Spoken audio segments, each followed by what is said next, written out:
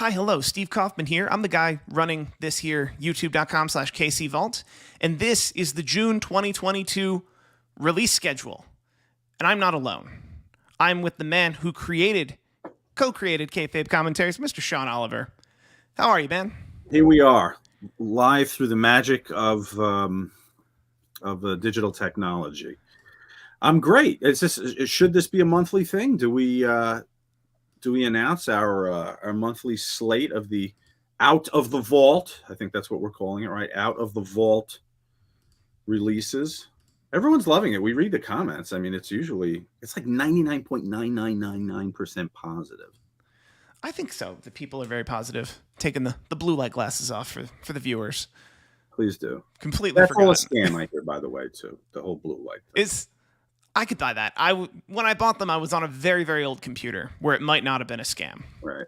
Where I might have had blue light, but a couple shout outs real fast. Badzel in the chat, Too Sweet, Lost Prophet, You Rock Sean, Snubby loves this channel. And we are live as live can be. Thank you all so much for joining us. And yes, we are going to release what our June 2022 schedule will be. And let us know in the chats what you think it should be, because there's a game we're about to play here on this live stream. Who's at work right now? Yeah, let us know who's at work. Who's looking good? Thank you, MH. I try. Who's at work right now? Tell me who's at work. What are you doing? If I scream profanity, will you get fired? Shoot interviews, get through the word. That was kind of a theme for a minute on Twitter. I saw people were posting that this channel was singularly getting people through their day at work. And, I default to a desk job where you can put on headphones and, if honky tonk is yelling, it's okay. But then somebody said they were like a doctor or someone was working in a hospital. I was like, turn this off. There should be, look, Tony Atlas should have nothing to do with the emergency room. Unless one of the ladies breaks his nose with his heel. Because he plays real hard. Bobby B, $2 super chat. Thank you so much. Thank you so much for realizing content. I love you. Thank you, Bobby B. Yeah, Bobby, that's generous of you. I'm not going to ask for anything while I'm here. We do this. We get ad money from it, but we do it because for was it 15 years now? I guess Kayfabe Commentaries. It was a DVD market. This was before streaming. You guys were buying this stuff at $20 a pop on DVD. Just because for a boutique operation like us, that's where it had to be priced. If we'd had the reach of WWE, that's why the comparisons sometimes people would make by saying, it's $9.99 and I get all the WWE. Yeah, of course. Right. Because they have 1 million subscribers a month. $10 million a month. We have a handful of you. Well, and now they get subsidized by NBC Universal, who subcontracted their Of course. At a smaller at a different scale, it has to be a different price. And we've thought about doing some stuff here on YouTube that would allow for that paywall. That YouTube as a platform doesn't seem like it's might not be the home. They still have the chance to get their act together. Yeah, we've had our ups and downs, guys, with YouTube. I have nothing against it. I love YouTube. I watch YouTube every day. But their copyright process gets a little tenuous when you're the owner too. I mean, it's like the game is slanted against the owner sometimes. So we've had some tricky times, but hopefully it's all sorted out. We got a new vendor that we'll be working with soon for some of our stuff, and if it all works out, maybe we can maximize the YouTube platform even more for you guys, step at a time. One step at a time. And speaking to one step at a time, Mr. Coliseum Instagram, he is working from home. John Rogers is listening to us while he is on a forklift. He clarified, listen, if you have YouTube Premium on your phone, you can lock your phone screen and just listen. Right. But I am not responsible for John, if you drop some shit through somebody's window, I am not responsible. If you laugh and you hit the wrong control, I'm off the hook here. Somebody actually, it's very funny. Some people are predicting. I'm looking at the chat. Some people are predicting what we're going to announce today as the, how many we have? 1, 2, 3, 4, 5, kind of. Yeah, 5. Yeah. Releases, and somebody hit one already. Yeah, I saw that. So I think while we're there, we should just get into the very first one. The very first one is going to be this Friday, June the 3rd.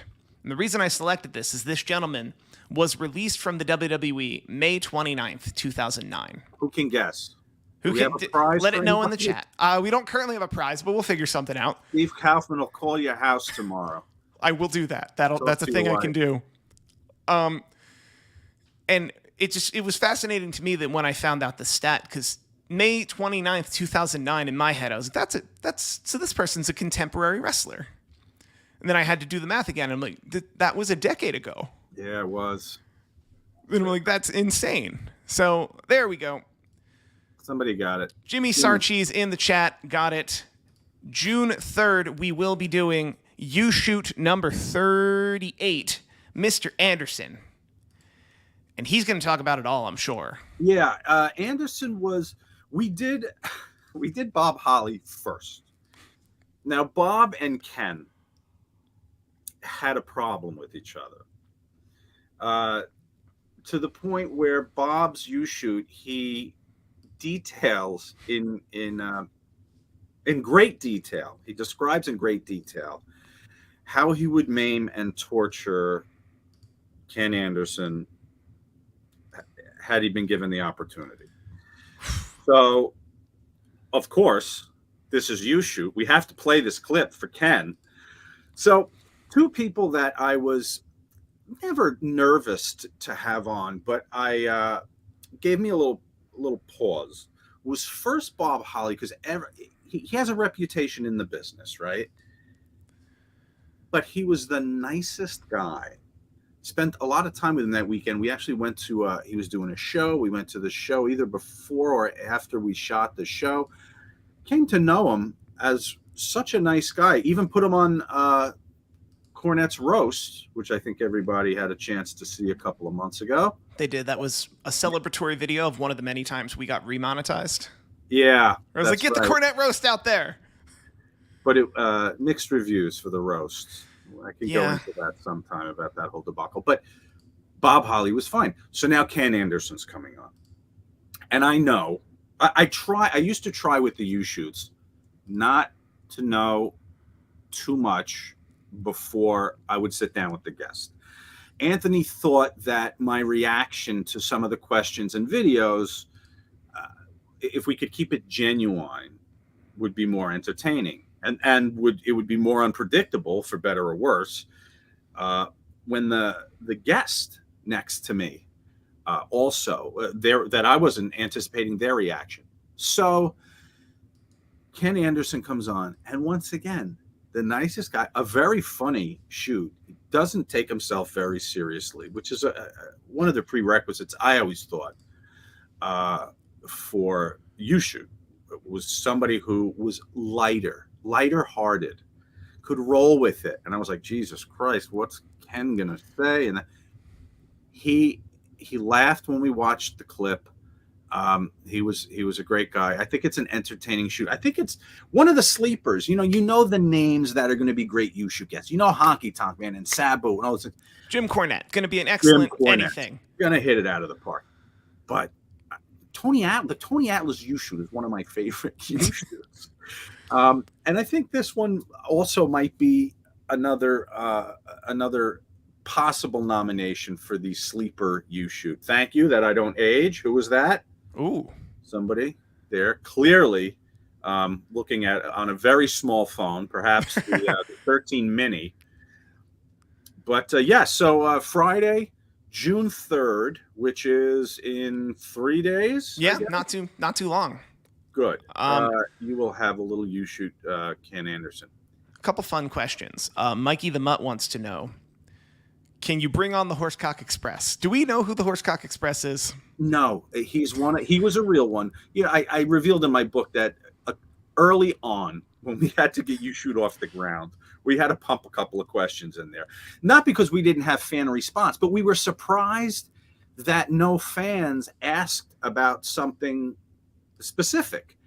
So we didn't want the show to go on without something really obvious that we thought was missed by fans. So I'm going to try and think of some of the worked names that you guys can look for. The Assassin was one. Mm-hmm. Noel Medina was another. I'll see if they pop up, I can post them in the. I try to get on every once in a while into the comments for these videos and try to answer some of them. But yeah. So Horsecock Express was legit. The Horsecock Express was legit. Also, I think Dusty's Ghost, was that somebody? Dusty's Ghost was legit. Also, that was not us. That Dusty's Ghost was legit. Was when you came up with the feed questions, the fake questions. Did you come up with any names as witty as Dusty's Ghost or Horsecock Express? No, and I never did them. That was Anthony and maybe Craig on our team. I never did. Like I said, they kept the script away from me until that day. The timelines I would get a few days before when Anthony was finished, because I would have to go through and do a round of edits too. Some of them were 80 to 100 pages, the timeline scripts. And then, of course, on the set, we'd have an eye on the clock, and if it was going too long, we'd have to go in and really just, and that happened with You Shoot too. During breaks, I would have to confer with Anthony and be like, what are the must reads, and then what is the stuff I can get to if I have an extra 20 minutes. So we were always augmenting it while we were on the set. Also, I know all shoot interview companies did this. Mm-hmm. They all took great care in preparing your product for you. So we're just one of the many. Of course. On that topic, I thought I superstarred it so that we can pull it up again. Someone asked very early on in the chat, did we ever find out how big Batista's dick is?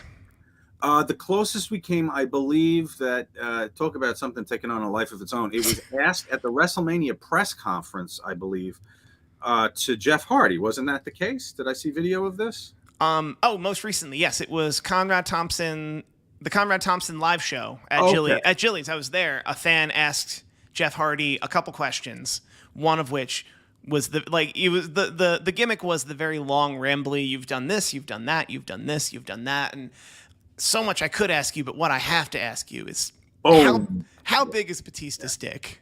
And then Jeff Hardy answered, he's like, 12 feet. I don't know, man.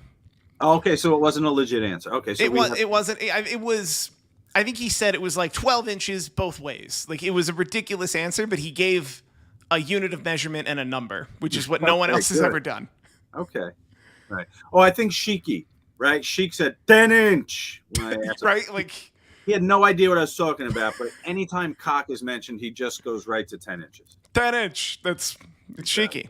So June 10th. So a week from this Friday, we are going to release a video. We don't know what video we're going to release yet. We thought it would be fun to ask you guys what you wanted to see. So, Steve, what's the hashtag they can drop? The hashtag is going to be June 10. If you type hashtag June 10 into the chat, you will be entered into a raffle. I'm going to share my screen right now to prove it. June 10. Hashtag June 10. Currently, no one has said hashtag June 10 in the chat. If you say hashtag, two people have said it. If you say hashtag June 10 in the chat, we will be coming back to you, and the pressure will all be on you for the June 10th episode. What will it be? I have a list here. If you're a little outside of the realm, 14 people already. It's going to be great, but I think we should wait till the end. We should let these nominations roll and then come back to it. Somebody's Brian O'Brien is very fastidiously typing about my reaction to Jamie Dundee's use of the N-word multiple times on our show. There it is right there. Right. Yes. What were you thinking when Jamie Dundee's throwing around the N-word a few times? What was I thinking? I have a guy next to me hopped up on God knows what, who's kissing me and touching me and shot out of a cannon. And did I expect him not to use the N-word? Really?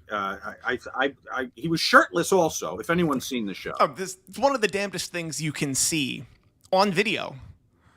Those of you that haven't read my book, and there's probably one or two of you here, kayfabe, stories you're not supposed to hear from a professional wrestling production company owner. No, I didn't try to get a lot of keywords in there for Amazon. Before our show, we were setting up in the suite. And in the bathroom, when you're standing at the toilet, taking a piss, there was a vent up in the corner between, like where the shower, next to where the shower was. So we could hear, coming from the room upstairs, a fracas like you've never heard before. There was screaming. You know, I thought someone was getting murdered. Thank you, Steve. I thought someone was being murdered upstairs. And so, what are you going to do? We were in, I don't even really remember where we were. We might have been in Pennsylvania somewhere. We were kind of away from the home base a little bit. So we, you know, whatever's going on up there's going on. It wasn't a crappy hotel either, but we finish. I get a knock at my door. There is Jamie Dundee in a gigantic alligator skin hat, shirtless, tattooed, and his eyeballs looked like slot machines. They were just spinning. They were spinning. I don't know what was going on, but he was probably just very excited about doing the show. They were spinning. And his handlers, whoever the promoters at the door, I said, okay, great. I said, is everything okay? Can you see? Because it was one of those where the rooms ran around the periphery of the lobby. I said, can you see what's going on upstairs? Are the police there? Is there a problem? And they looked up, they went, no, we were in the room upstairs. It was Sheik and Dundee shooting a show. I can only imagine what the room smelled like. And the haze that you had to walk through if you went in there. But Jamie was upstairs pumping himself up with God knows what with Sheiky to come in and do our shoot. The guy wasn't putting it on. He was the same off camera. I think we even in the end credits, I don't know how many of you watched the end credits of the Jamie Dundee shoot, but it's worth doing. We were done shooting, but Anthony has had a great instinct to always let the cameras run. So we got anything that happened on our set is on camera somewhere. Thank you, David Moth. He's the one that read Father's Blood. So it's Jamie. I'm filling out the paperwork, and I said to Jamie, "Do you want a copy of the DVD?" He said, "Yeah." I said, "Well, where can I send it?" And he said, "Jamie's mama." I said, "Oh, I'll send it to whatever family member you'd like. I just need to I need to send it. So where should I send it?" Jamie's mama. I said, "What's the address?" He yelled, "Jamie's mama," like I wasn't listening. So I don't think he got a copy because I went, "Great, no problem. That's how I'm going to address it, Jamie. Thank you for coming. I'm going to go get changed. Guys, please show him the door." And that was the end of it. He got on a flight, flew back to Tennessee, and was arrested for drugs in the car that night, I believe. So if someone wins this June 10th raffle and they don't actually know what they want, I have a feling we just had a phone call from Jamie Dundee telling you where you can send your copy of You Shoot Jamie Dundee. Quick plug for a couple other things we're up to. Betlow87 wants to know, will Click This air on this channel? No, it won't it will be on not. this channel. There is a YouTube channel right now called Click This. It is youtube.com/click this. Exactly how you spelled it, just without the space. Go on over. I want everyone to go there after we're done here and just subscribe to our channel because the videos are going to be popping up. Right now, there's just a little preview video for a live event that me and Kevin are going to be doing. But very shortly, there's going to be mid-June, there's going to be a preview show. I know we launched July 11th. Click This launches July 11th, but we're going to have a little preview show mid-June for you guys to see what's going to be coming your way. And then today, NBC Sports. You catch it on our YouTube, our Twitter channel. Maybe we can get that up on the YouTube also, Steve. I'll gladly. We need that watch time. Yeah. Need to get them 4,000 hours so we can then apply to be monetized, and then Yes. then we make the money. Excellent. Speaking, yeah. Go ahead. Go ahead. Speaking of making the money, let's jump straight to June 16th. And you might be wondering, that's not a Friday. Why are we jumping to June 16th? And the answer is June 16th, 1984 was the Ghetto Street Fight. And Supercard number 5 with Butch Reed is all about the Ghetto Street Fight. How not using the term ghetto street fight would your ass be right now if it were today? How not using ghetto street fight to advertise your wrestling event would you be as a promoter today? I feel semi-uncomfortable putting it in the title. I will, and I hope we don't get demonetized. But you're right. That's just all those words together. Super not PC. Yeah, I know. Listen, wrestling is always the last to get on the train, and that's the PC train also. So the business. Kevin Sullivan said it in. I want to say it was a Casey investigative special called Kevin Sullivan and the End of WCW. It chronicled the last months of the company, and Kevin told us everything that was going on in the boardrooms at CNN and in the locker rooms at the shows, what happened to the company that really precipitated the end of the company. And one of the things he said when they were talking about some of the angles toward the end, he said, sometimes in wrestling, we show no class, was the quote. And he wasn't wrong. So, yes, I guess we have to keep some of this in mind when we watch some of these dated shows. The talent tend to use some language that probably today wouldn't be. And listen, if you're going to be excited about the Ghetto Street Fight, keep that in mind, too. In 1984, I don't think you were telling Bill Watts not to use the term ghetto or any other term that Jamie Dundee might have used also. I've heard a couple versions of this question. So let's go with... There we go. Andy McLaren. Hey, Sean and Steve. Greeting from Scotland. You've probably been asked this a million times, Sean, but why did you ever stop doing the interviews? You were all way ahead of your time. I say we. I didn't come on till 2 years ago. Well, the market changed. Everything changed about it. So shoot interviews were trying to find out what they were going to be in the next iteration. And what we did right toward the end, we said that maybe the guys just sitting there talking about Starrcade 96 is not the future. Now, ironically enough, podcasts came in, and a lot of people attribute the end of shoot interviews to podcasts. I really just think it was just an extension of it. Maybe shoot interviews light, right? Because you can do it all remotely. I think a lot of the guys don't get paid. And so we were thinking about what the next iteration was going to be. And all at once, we started to go in a different direction. We had a reality show that we launched called Raven's Wrestler Rescue, which I think is wildly entertaining. And I don't give a shit. I still will put that up against 80% of the shoot interviews across all companies that have been produced. It was where Raven took and went into an indie federation and snatched up a particular talent and reworked their character from something that wasn't working to hopefully something that was working, and then sent them out to work at a future venue, because that was the ultimate litmus test, right? How do the fans react? So I thought that was a great show. We did a few of those. We launched Bombshells, which started to women's wrestling was getting really hot. So we did an entire shoot series hosted by Leva Bates, who I loved as a host. She was so great. And we produced that. And also there was, Gabe Sapolsky's Next Evolution, which you guys all love so much based on the comments. That's up right now on the Best of the KC Vault. Steve Kaufman is laughing right now. There is a lot of response to a Johnny Gargano video that we did yesterday. I'll own up to it right now.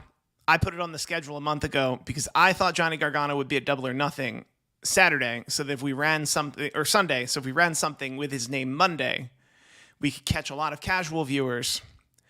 Johnny Gargano is going to announce where he's going at StarCast, which is the end of July, but I already made a post in the community tab. We already committed everything.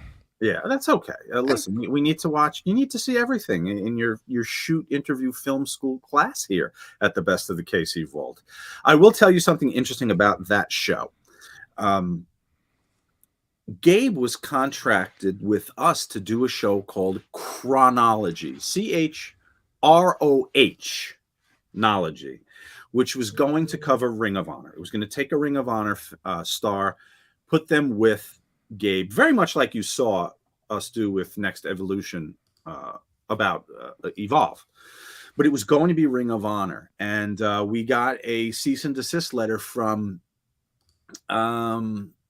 Sinclair, which owned it, saying that we were trying to pass this off as Ring of Honor programming. They wouldn't have been able to, that wouldn't have stood up at all. We never said it was, we were just covering, almost like a documentary, and you can't prevent someone from doing that. So I left it in Gabe's hand. Gabe said he was uncomfortable with it, but it prompted a thought whereby if we went to Evolve, we'd be able to get the footage, and that would add another layer to the show where Gabe and Roderick Strong or Johnny Gargano could sit with Gabe and watch the 7 or 6 matches that were considered to be benchmark matches in their career in Evolve. So that's how it became Next Evolution. I also had the inside tip that Gabe and Evolve were going to be providing talent for Triple H for NXT, thus the Next Evolution in the title. So it ended up working out probably better than a Ring of Honor compendium would have been. Hell yeah. So the last announcement we have before you tell us what you want on June the 10th. There's 2 more. There are 2. I'm sorry. Yeah. Never mind. June 18th. It is Timeline WCW number 5. And that is Vader, and he's going to be talking about 1993. We're doing this on June 18th because sadly Vader passed June 18th, 2018. Yeah, this is kind of to the anniversary of his death. So as a tribute to Vader, who was, huge in Japan and had an effect on the companies he worked for here. All right, let me tell you my favorite Vader story. It's about it's not from this shoot. This was the second time we worked with Vader. The first time was in a series called Timeline that we launched, where we set up the ringside table, and me and my guest would sit in front of our prop, colorful foam microphones and watch the monitor. The back of the monitor is what you saw. We were watching a match. And the talent would go through their career, and we would talk about those benchmark matches. Imagine Next Evolution, but you couldn't see the fucking matches. I don't know. Maybe it was ill-conceived. But Vader came in, and the first funny Vader story was he sat with me, and I wanted it to be, I didn't want to do some big intro. I wanted to jump like right into the matches, kind of like when you turned on MSG Network and Gorilla and Al Hayes were sitting at the ringside table and saying, "Hello, wrestling fans, we have all these matches tonight. Let's get right up into the ring for our first match." And then me and Vader would start to cover that first match. So I did that, and he stops the take, and he says, "Whoa! I'm a little thrown here. I was expecting like a nice to have you, and then I could say, oh, it's great. I've been looking forward to this, and I want to go through these matches. Like, we should do an introduction. I was expecting an introduction where you welcome me here." I said, "Okay, fine, Vader. Let's do a second take." And we did. And I said, and to join us today is Leon White, Vader himself. Vader, thank you so much for joining us. And he went, "My pleasure, my man," and looked down at the monitor. True story. About a half hour through into this, he says he's got to stand. He had a very bad back at the time, and he did some stretching and had to, he's a huge guy, and maybe it was more like an hour and a half into it, and we began talking about the 5-hour energy, which was new to our lives at the time. It was a little shot that you gave yourself of caffeine and who knows what else to wake you up. And he said, I'm really, my body's breaking down. He said, I have one in my room. Let me go get that 5-hour. Now he was a disciple of this shit. Okay. He was telling us about, we're like, all right, go ahead, go get it. He runs down the hall. He pops it. He comes in. You can find the edit point, because one of these matches, when I begin the match, I go, okay, we're in the ring now with Vader and Mick Foley, whoever it was. He's like, my man, Sean Oliver, we're ringside. Oh, man, he just had the 5-hour energy. So he's ready to plow through these last 5 matches. By the end of this match, I think he drank 5-minute energy, because he turned to me after the match and went, I'm falling asleep again, man. So it wasn't a great advertisement for his new product, the 5-hour energy gimmick. But it was great on the set. If anyone read the book, he gave us a few words, a few terms, which we put into our lexicon. Liquid fluid. He was talking about a mattress that he was enjoying, and it had some. I said, well, so what's it? It's a liquid. He goes, what's more like a liquid fluid? Absolutely fine. And there was one other one that I forgot, but liquid fluid was used by the crew for a while. Oh no, it wasn't about a mattress, but I'm dreaming about Leon White in a waterbed. Apparently, it was what created the steam in the mask. I was asking him what went in the compartment to generate the steam that would shoot out of the Vader mask when he came to the ring, and that's when he said it was a liquid fluid. This is live, by the way. Liquid fluid, yes, absolutely, 100% live. There are other people throwing money at me, for God's sake. My childhood dream. I walk down into the street and throwing money. So thank you. Somebody else made a contribution. Thank you. We should give these guys more than a shout out. Maybe put them up on the screen here or something. Then there he goes. John Falcetta, was there ever a subject too messed up to do in an interview? Also, did you ever get pulled over with the gym bag? Fortunately, that never happened. The gym bag, I always anticipated what I would explain. I think saying I do interviews with wrestlers would not help me at all in the moment with the officer. So I don't know that would have been. I probably had to come up with something like, yeah, my kid's doing a project. It's going to paste it up on a board. It's a just say no deal. Have you met the Iron Sheik next to me? First part of the question, too messed up to do an interview. I think you guys have probably read in my book that the Buff Bagwell interview never came out, and we couldn't get through it. I'm going to say that he was very tired. Very tired. Very tired. I think that's the only one that I had to cut cameras, eat some of the money and wrap up the set. But I'm trying to think anyone else. No, anyone else we throw them on camera. Yeah. Let's go. But listen, there are guys that I thought were not going to be able to be entertaining. And I do talk about the performer's gene that these old-time wrestlers, I don't know about the guys today, I just don't know, but the old-time guys had. When the red light went on, they snapped into it. They were used to it. They did it, it probably cutting promos on those marathon promo days in the 80s when they get up at 8 in the morning and get thrown in front of the camera with Mean Gene. They knew how to do that. So that one morning, it was pretty early when Brutus Beefcake came in the room.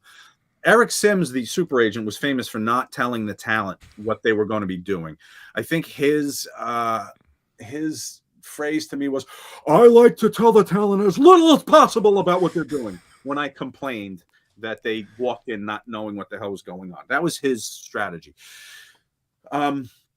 So Beefer walks in at 8 in the morning, and there's a full set, lights, microphones, 8 people, 6 people, whatever.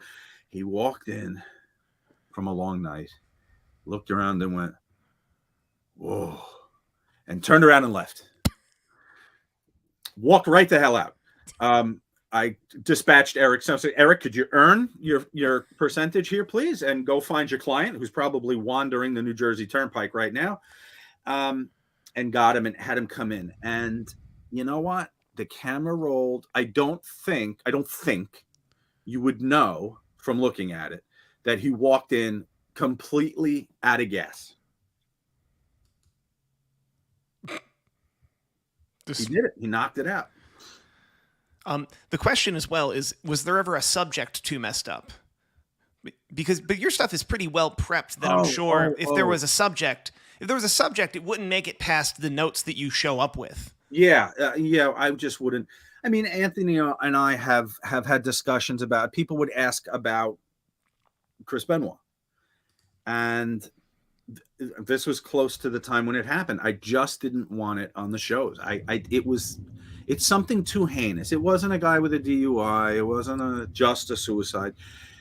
There was a kid involved. It was just so heinous. I just didn't want it on the show. I just didn't want that energy. If I can channel RVD for a minute and talk about the energy, I didn't want that energy on the show.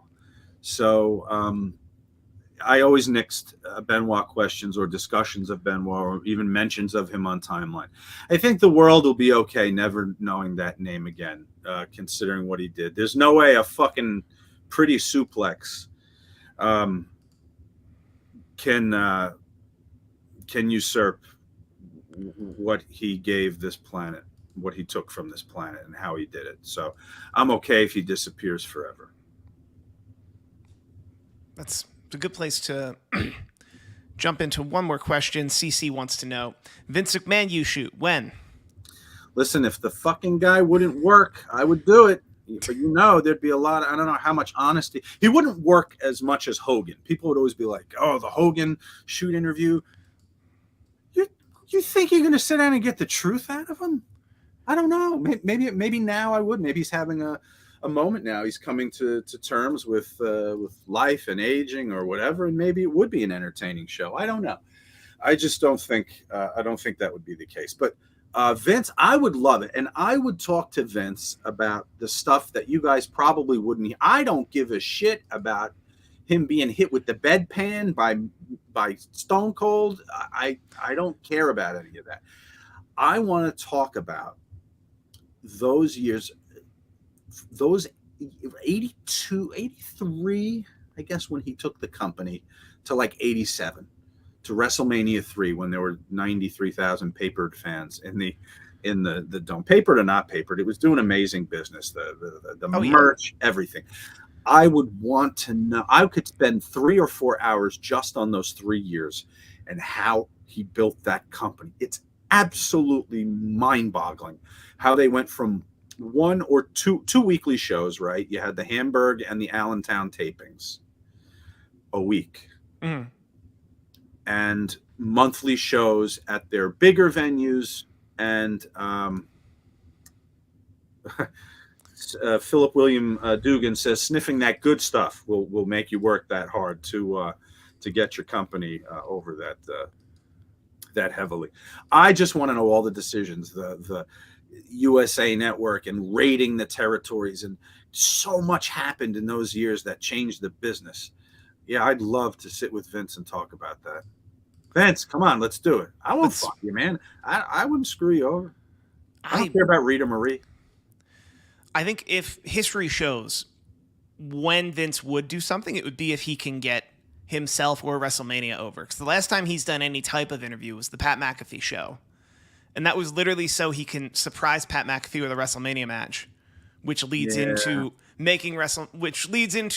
getting Austin and Vince in a ring together. So that's where his head's at, of what would be worth my time. Like, because I don't think he'd be on even like the Joe Rogan podcast. No, I don't think he would either. I mean, he doesn't have to.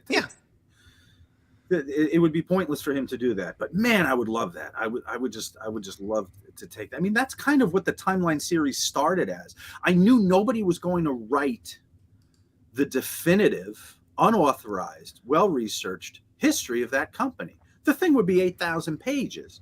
So I said, what if we did a video book? That's why it's so text heavy. It's supposed to be like turning a page, reading something, reading the cold text about an event that happened on January 7th, 1983. And then the book disappears and Don Morocco's there telling you about that first person. That was the vision I had for Timeline. It wasn't just a shoot interview where we talked to people. It was like a book, and each edition of each DVD would be like one chapter in that massive book. And but the pages would dissolve and the talent would pop up out of your book and tell you about that event. So that's kind of what I wanted to do with Timeline when I had the idea. Hell yeah. So we're going to jump to our last announcement before we do the giveaway, if you will. And that is going to be June the 30th, which will be Terry Funk's 77th birthday. And as such, we're going to hear Back to the Territories Amarillo from the man himself, Terry Funk. Obviously, Back to the Territories with Jim Cornette. I'm excited for this one. This was great. That whole series was great. Back to the Territories. I know they're trying to do this now with somewhere else. But I know a lot of the podcasts have taken they've taken every form. They've taken the Timeline format. They've taken this format. But this and Corny was perfect. He was the absolute perfect host. Love him or hate him. I loved working with him. We're very different. But we had a symbiosis about how we treated the business, I think. We had fun with it, with stuff like Timeline. Oh, I'm sorry, with stuff like You Shoot. But then we took it seriously and dove in headlong in our times together in the Timeline series. So he called me and he had done a show with another shoot company. And I think it went badly. Well, I know it went badly. I don't remember the details, but he called me and say, "God damn, Sean, I'm just wondering, can we do some kind of fucking deal where you keep me on retainer and I don't have to deal with these motherfuckers when they call me? I mean, if you got some kind of retainer deal going, I could just say no. I got to do Sean's shit, and that's it. And that gives me an excuse to say fuck you to everybody." And I couldn't do that. Because that would have been wonderful. I fucking Corny did great business for us. People loved him. I would have changed the name of the company, Corny Commentaries, or Kayfabe Corny. I don't have to change the logo then. It's like having doing the second wife deal with the same initials. You don't have to throw the towels out. That's not mine. Todd Gordon said that. But I said I can never tell you that you can't go take money from somebody else. I would never do that. And God, if you were ever offered some great deal from some company, like, what am I going to say? No, you got to do another You Shoot. So I said, I can't do that. I said, but let's do this instead. Let me design a series for you that you host, and you and Anthony can write them together, and you can write your own introductions, your own voiceovers. We'll give you total control of that, and we will we'll produce it. I'll direct it. Anthony will do all the shooting on set, and we'll produce it, and we'll put it out, and it can be something that you'd love, like a Territory deal. So when I finally came back to him with that, I said, I think you'd love this. The historian in you could sit with someone for 2.5 hours, dig through the minutia of a territory. And he was great. I mean, the series, I was so proud of that series, and he did a better job than I ever would have been able to do. I think I brought this up recently somewhere. The big discussion was, as we were getting close to having to do Smoky Mountain, Corny was going to go in the other chair. So we had to decide who we were going to hire to host it. And I think Corny wanted Danny Davis, who he'd worked with, but I thought Meltzer would be the only way to go. And we ended up stopping production before we got to do that. So I never reached out to Dave to see if he would even do it. I just thought that as a host, Dave would be able to bring enough to the table. Because again, remember, Corny's going in the guest seat now. So whoever hosted it would have to do the research with Anthony and would have to be well schooled enough in wrestling history and Smoky Mountain to be able to host that interview. So I thought Dave would have been a good option for it. What do you guys think? Yeah, I think Dave would be an incredible option for it, because when people say an encyclopedic knowledge of wrestling, like, I think he's somebody, He's somebody you could just pull a random date and he could tell you the 6 shows that happened on that date. Yeah. That's somebody you would really need to steer a show like that. Correct. Yeah, and he's dedicated his whole life to it, for God's sakes. I mean, right? He's earned his stripes, for God's sakes. So that's a good one. How'd we do? How's June looking, guys? What do we do? Let us know. Channel up for June.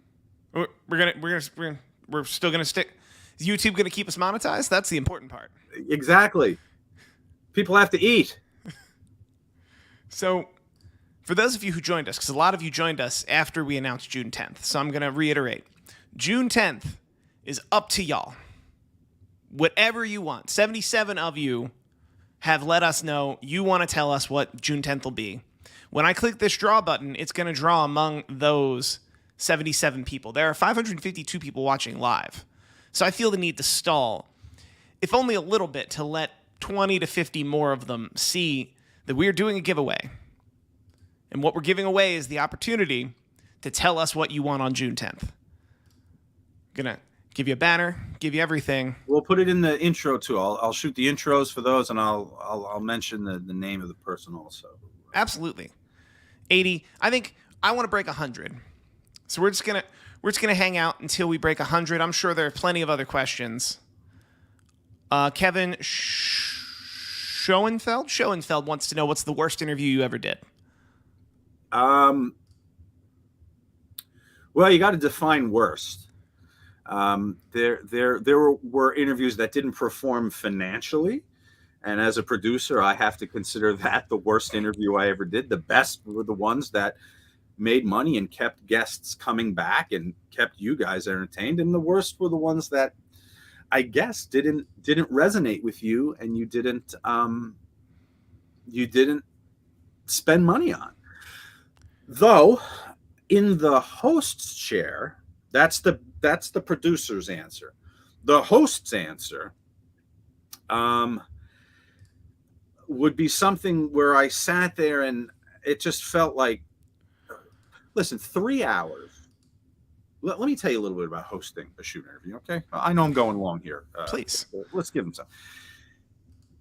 Hosting a shoot interview is sitting on an uncomfortable seat with your head turned like this for 3 hours.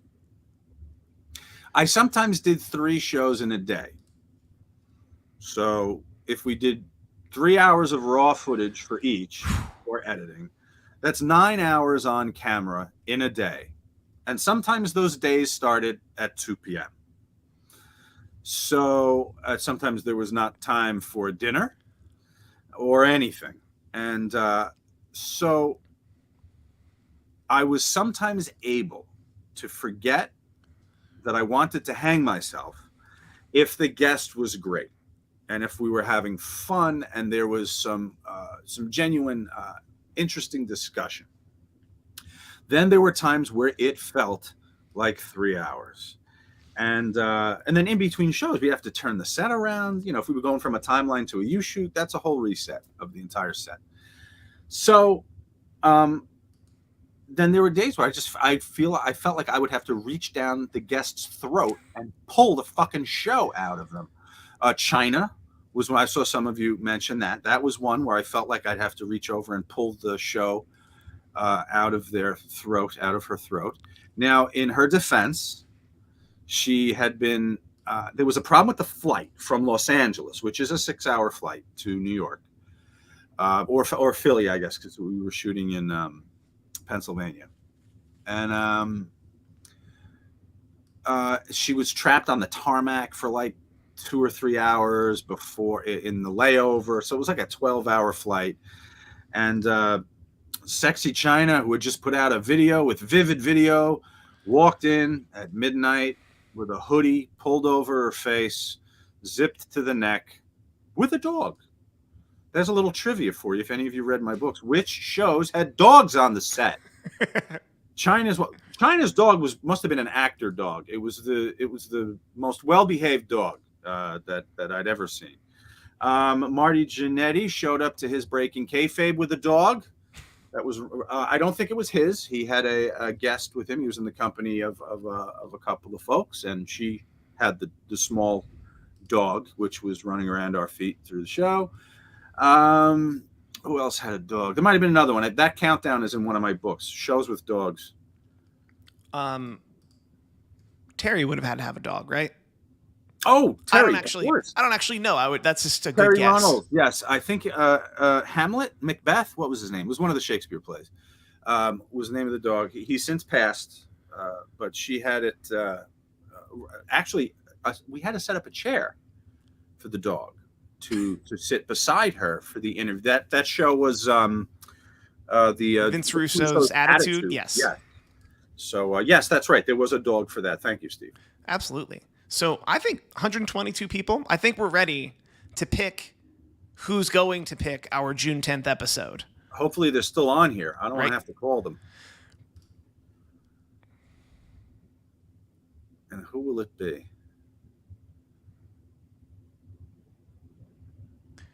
Winner, DA. DA on YouTube, you have won the opportunity to let us know what. Let us know, DA. Let us know. So we're anxiously awaiting. Or she? He or she?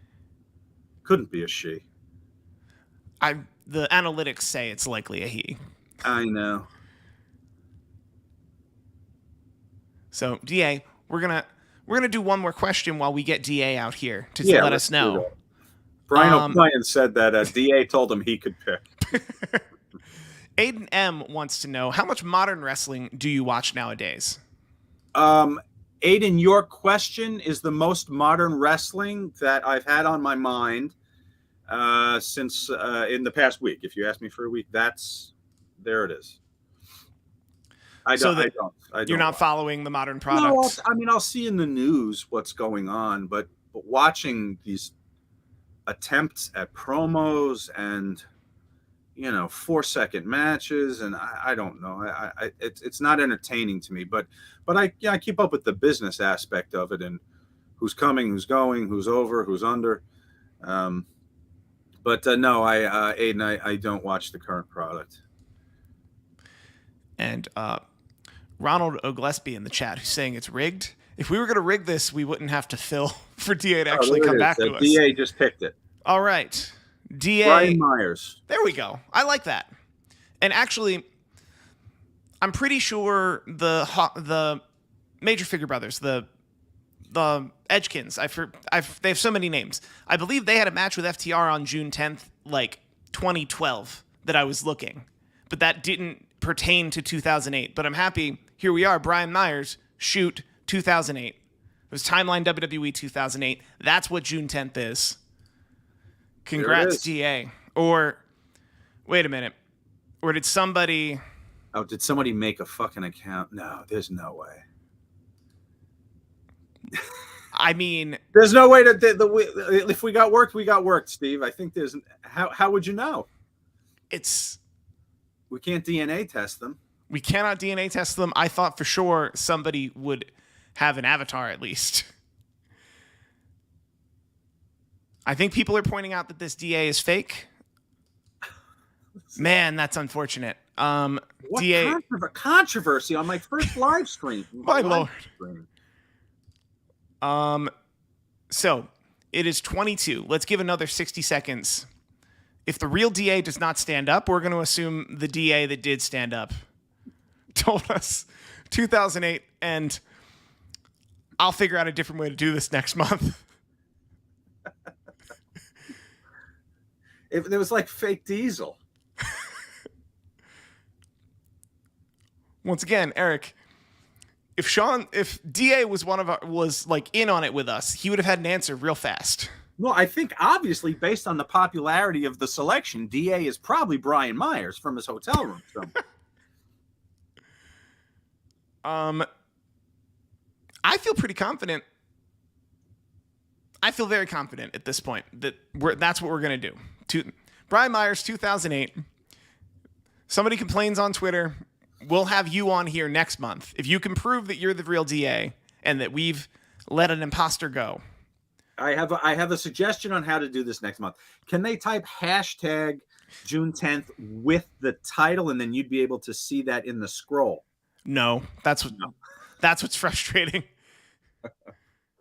StreamYard, fix that shit. We will figure it out. But thank you all so much for joining us. Sean, thank you for coming here. You've given the people way more than I thought. Like, I thought we were going to go a good 20, 25. You're a very giving man. No, Bubba, I go 60 minutes. 60 minutes, Bubba. How many people did we have here? Who showed up? How many people? We are at 538 as of this moment, and I don't think that was our peak. Right. There it is. So at least 538 people. So excellent. If you like this, we'll do this again for the July releases. Absolutely. And thank you very much.